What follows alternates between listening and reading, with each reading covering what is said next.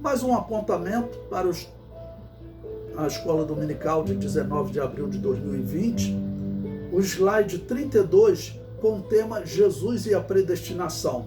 É importante que você não vai encontrar nenhum livro que trate sobre predestinação, tanto de Agostinho, né, quanto de Calvino, ou mesmo de Armínio. Eles não focam na predestinação de Jesus, quando Jesus predestinou os homens. Marcos capítulo 16, versículo 16.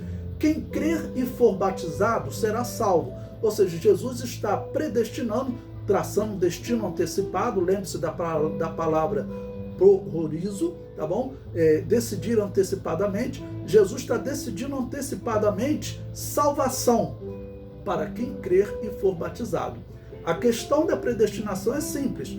O problema é que eles passaram a dizer que Deus determina, né, antecipadamente que o homem creia, seja batizado e seja salvo, né? E não é assim, tá bom? Deus determina que será salvo quem crê e for batizado.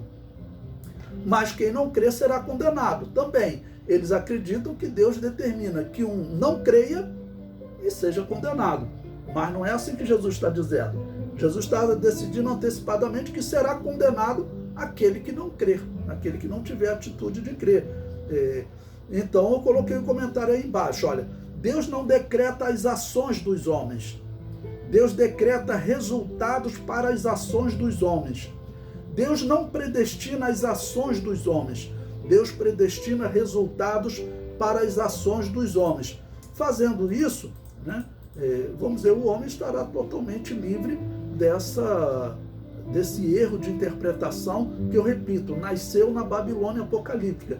Todo mundo que segue essa doutrina, essa interpretação, saiba que está seguindo uma interpretação que nasceu na Babilônia apocalíptica.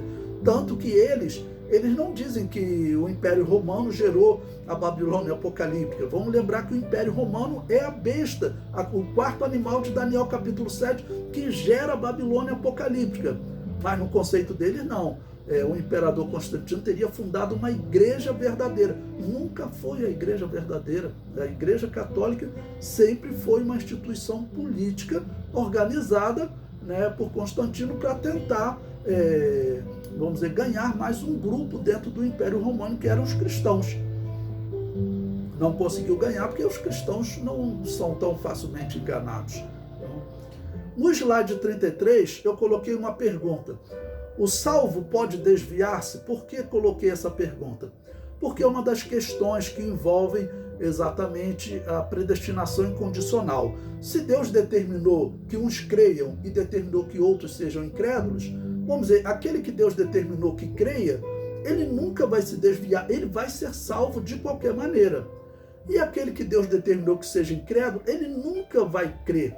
Ele vai ser incrédulo e será condenado de qualquer maneira. Ou seja, o salvo não tem como se desviar e aquele que se desvia não tem como ser salvo. Aquele que não crê não tem como passar a crer, tá bom? Bom, eu peguei um texto aqui em que claramente Jesus Cristo vai falar de pessoas que em determinado momento foram filhos de Deus, mas depois se desviaram e foram para o inferno. Mateus 13:38, na parábola, tá bom, do semeador, a parábola da boa semente, Jesus explica: o campo é o mundo, a boa semente são os filhos do reino e os joios são os filhos do maligno. Ou seja, os salvos desse mundo, eles são chamados de filhos do reino.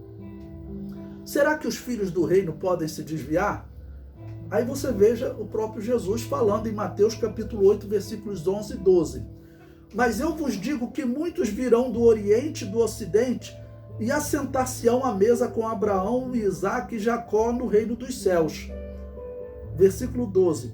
E os filhos do reino serão lançados nas trevas exteriores. Ali haverá pranto e ranger de dentes.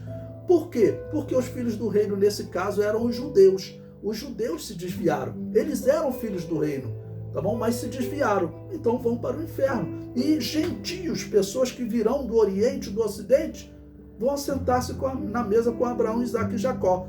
E os descendentes de Abraão, Isaque e Jacó, esses que vocês estão vendo aí, Jesus falando no dia dele, né? Eles vão para o inferno, porque se desviaram. Então, esse texto aqui, qualquer pessoa que tenha responsabilidade em interpretar a Bíblia Sagrada, ele vai dizer, não tem como, o homem, ele pode sim perder a sua salvação. Tá bom? Então, esse texto deixa claro que o homem pode sim se desviar.